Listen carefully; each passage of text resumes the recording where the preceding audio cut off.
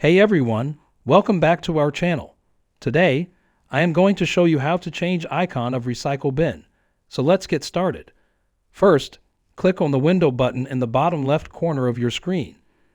Now click on Settings. In the Settings window, click on the Personalization tile. Next, click on Themes, which is on the left side. Now in the Related Settings section, click on the Desktop Icon settings.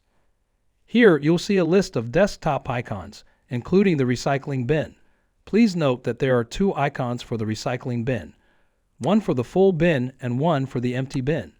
In my case, I will change only full bin icon. You can change other desktop icon by this process. To change its icon, simply select the recycling bin and click on Change Icon. You'll see a variety of different images to choose from. You can browse through ICO files or DLL files that contain icons. Now I'll choose a random icon here. When you select it, click Oak, and then click on the oak. Now you can see that we've successfully changed the recycling bin icons. If you found this video useful, please give it a thumbs up and subscribe for more helpful tutorials. Thanks for watching.